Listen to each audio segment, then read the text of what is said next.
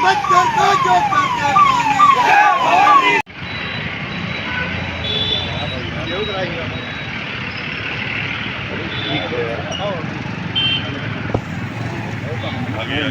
आए भैया, आइए भैया, आइए भैया, आइए भैया, आइए भैया। अरे अरे अमित भाई आइए, भैया नमस्ते। आइए आइए। आप तो चल जाएगा पैर। भैया आप ऊपर आ जाए, हम लोग का फोटो आया ही है। आप आएंगे, हमारा तो आया ही है।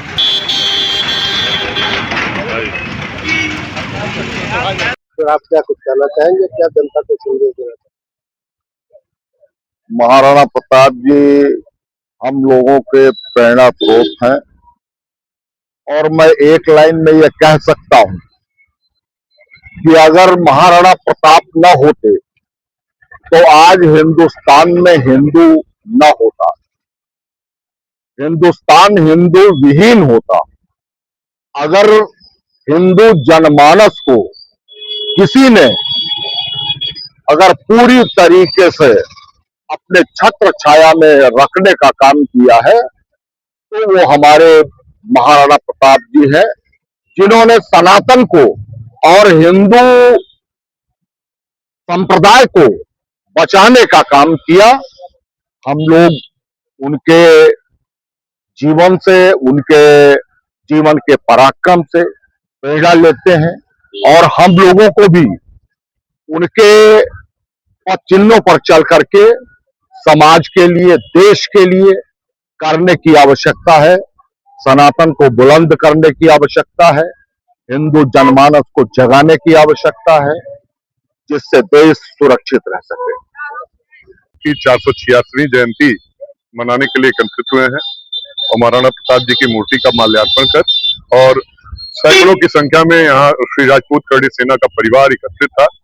और कहा गया है कि गिरा जहां पर खून आपका पत्थर पत्थर जिंदा है, जिसमें नहीं है मगर नाम का अक्षर अक्षर जिंदा है। जीवन में यह अमर कहानी अक्षर अक्षर गढ़ लेना और शौर्य कभी सो जाए तो राणा प्रताप को पढ़ लेना।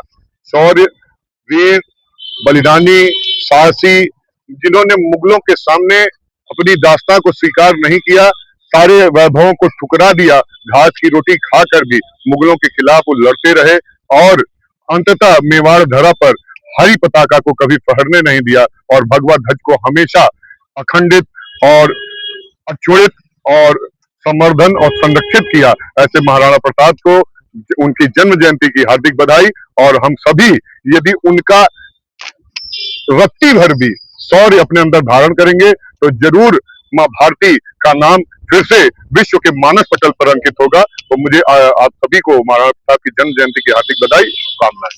महाराणा प्रताप जी की जयंती के लिए एकत्रित हुए हैं। एक समय था, एक दौर था जब भारत में विभिन्न प्रकार के अन्य आताताइयों और आक्रांताओं द्वारा भारत में शोषण किया जा रहा था यहाँ के जनमानस का।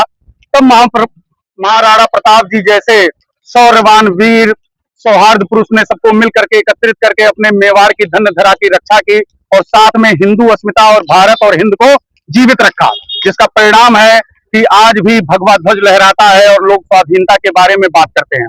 आज के वर्तमान राजनीतिक पटल में भी आप देखेंगे तो विभिन्न प्रकार के विखंडीकरण और बंटवारे की नीतियों को लेकर के विभिन्न प्रकार के नेता, पार्टियां और लोग कार्य कर रहे हैं।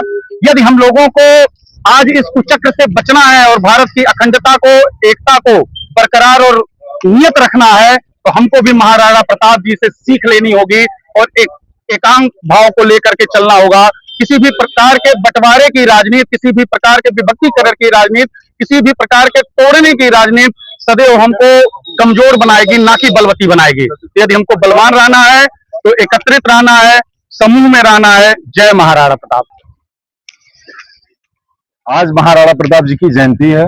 हम सभी भाई मिल करके इनकी जयंती हर साल के बाद इस साल भी मना रहे हैं और हम चाहते हैं कि हमारे जितने भी नौजवान साथी हैं, छोटे बड़े भाई हैं, सबसे मैं यही कहना चाहता हूं कि महाराणा प्रताप जी के आदर्श मार्गों पे आप चल करके उनके आदर्श को मान करके, अपना उनको गुरु मान करके आप उनके दिए हुए वचनों पे चलिए और जिससे आपको एक नई ऊर्जा मिले। जिस व्यक्ति का नाम लेने पर शरीर में इतनी उबाल आ जाती है, वो व्यक्ति कभी हम लोगों ने तो देखा नहीं, लेकिन जो लोग इतिहास उनका, उस इतिहास को जब सुनते हैं, पढ़ते हैं तो शरीर में उबाल आ जाती है। इतने महान इंसान के आज जो है हम लोग उनका जो है माल्यार्पण किए हैं। हम सभी नौजवानों को से यही कहना चाहता हूं कि आप लोग उनके मार्गदर्शन पे चलें।